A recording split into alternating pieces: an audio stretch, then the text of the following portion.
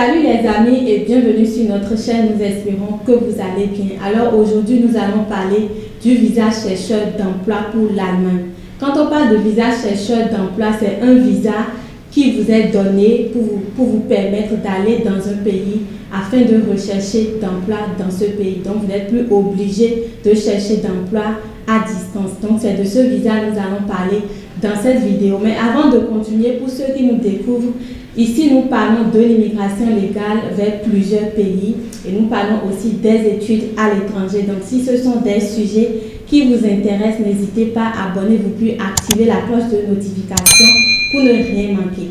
Alors, nous allons revenir à notre sujet.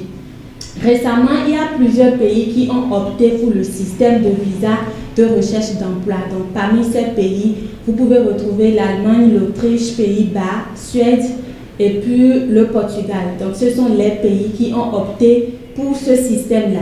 Donc, pour l'Allemagne, le visa chercheur d'emploi est un visa qui vous sera donné et avec ce visa, vous pouvez aller en Allemagne chercher d'emploi pour un délai de 6 mois. Donc, si vous arrivez à retrouver un emploi, vous avez la possibilité maintenant de faire la demande de votre résidence permanente ou de demander un permis de séjour afin de résider sur le territoire allemand et travailler légalement. Donc, le visa chercheur d'emploi pour l'Allemagne, c'est ce que ça vous permet de faire en fait. Donc, ce visa a un délai maximum de 6 mois. Donc, après les 6 mois, si vous avez pu trouver un emploi, c'est parfait. Mais si vous n'avez pas trouvé un emploi, l'intérêt là est que vous allez nouer des liens avec des employeurs allemands, des connaissances et autres. Mais une fois de retour dans votre pays, vous avez la possibilité de continuer vos recherches. Donc, c'est de ce visa qu'il s'agit. C'est sûr qu'il y a beaucoup de personnes qui ne connaissaient pas l'existence de ce visa chercheur d'emploi. Mais comme le nom l'indique et vous voyez, avec ce visa, vous irez chercher de l'emploi. Donc, quelles sont les conditions requises pour faire la demande de ce visa et quelle est la durée de ce visa? Donc, tantôt, nous venons de le dire, ce visa a un délai maximum de 6 mois. Pour le visa. Donc, en ce qui concerne les conditions requises pour faire la demande, nous irons ensemble sur le site du gouvernement allemand pour qu'on puisse vous montrer quelles sont les conditions. Mais en général, il s'agit de 4 conditions. Alors, nous sommes sur le site du gouvernement allemand, donc nous allons voir quelles sont les conditions requises pour le visa chercheur d'emploi. Donc, quelles sont les conditions à remplir pour obtenir un visa de recherche d'emploi? Donc, comme vous le voyez, c'est vraiment le site du gouvernement allemand. Donc, nous allons mettre le lien là dans la barre de description.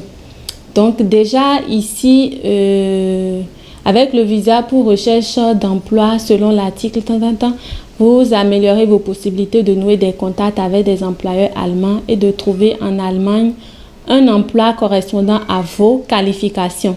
Donc, vous pouvez voir dans la rubrique qu'il y a besoin d'un visa. Vous avez besoin d'un visa pour venir en Allemagne. Mais nous savons que généralement, les Africains en général ont besoin forcément d'un visa avant de mettre pied en Allemagne.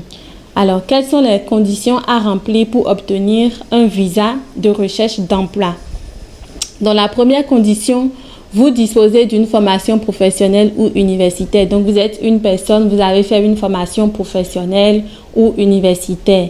Donc, vous avez la possibilité de faire la demande de ce visa. La deuxième condition, vos qualifications sont reconnues en Allemagne ou elles sont l'équivalent d'un diplôme allemand. Si vous aimez exercer une profession réglementée dans le domaine de la santé, par exemple, une autorisation d'exercice de la profession est obligatoire.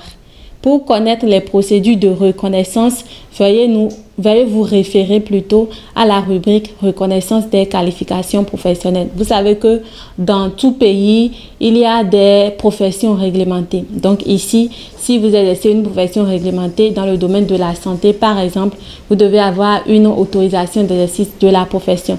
Donc si vous cliquez sur reconnaissance des qualifications professionnelles, nous allons cliquer sur ça. Vous allez voir. Ici, vous avez toutes les conditions qu'il y a besoin d'une reconnaissance, procédure de reconnaissance, diplôme universitaire. Donc, vous allez cliquer là et les métiers ou les professions, voilà, qui ont besoin d'une reconnaissance vous seront donnés. Donc, Ici, les métiers réglementés nécessitent une reconnaissance, les métiers non réglementés nécessitent éventuellement une reconnaissance. Donc, vous lisez et vous allez voir en fonction de votre profession si vous avez besoin forcément d'une reconnaissance ou non. Voilà. Donc, nous allons retourner au départ dans les conditions. Donc, voilà la deuxième condition que nous venons de parcourir. La troisième condition, si vous avez une formation professionnelle, vous devez justifier de connaissances en allemand adaptées pour l'emploi souhaité. En général, le niveau B1 du cadre européen commun de référence pour les langues est requis en allemand. Donc là, vous voyez que vous devez avoir un niveau de maîtrise de la langue allemande. Donc, il est précisé le niveau B1. Donc, si ça vous intéresse vraiment ce visa, vous pouvez déjà commencer les cours en ligne ou autre, voilà, pour savoir que vous avez un objectif à atteindre. Donc, la quatrième condition, vous devez démontrer que vous pouvez subvenir à vos besoins pour toute la durée du séjour, car vous ne pouvez pas exercer un emploi rémunéré pendant cette période. Donc, vous savez que ce qui est suivi, c'est un visa chercheur d'emploi, dont vous n'avez pas l'autorisation, la permission de travail. Donc, vous pouvez prouver au moyen d'un compte bloqué ou d'une déclaration de prise en charge. Donc, pour prouver que vous avez les moyens, vous pouvez présenter un compte bloqué, voilà, qui a un compte. Si vous cliquez sur ça, vous aurez accès à ce que c'est qu'un compte bloqué ou d'une non-déclaration de prise en charge. Voilà. Donc, pour la boîte d'information, pendant le séjour en Allemagne, vous pouvez effectuer une période d'essai allant jusqu'à 10 heures par semaine dans un emploi dans le cadre de la procédure de candidature. Donc, s'il arrivait que vous décrochez un emploi ou autre, vous avez la possibilité d'effectuer des périodes d'essai, bien que ce soit dans les délais de 6 mois et vous n'avez pas l'autorisation de travail.